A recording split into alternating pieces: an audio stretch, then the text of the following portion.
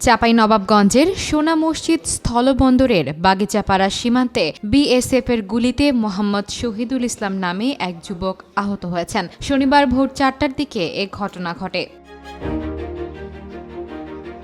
গুরুতর আহত অবস্থায় সকাল ৫:৩০টায় তাকে রাজশাহী মেডিকেল কলেজ হাসপাতালে ভর্তি করা হয়। শহীদুলের পরিবারের দাবি, ভোরে ড্রেজারের মাটি আনতে গিয়ে বিএসএফ তাদের উদ্দেশ্যে গুলি চালায়।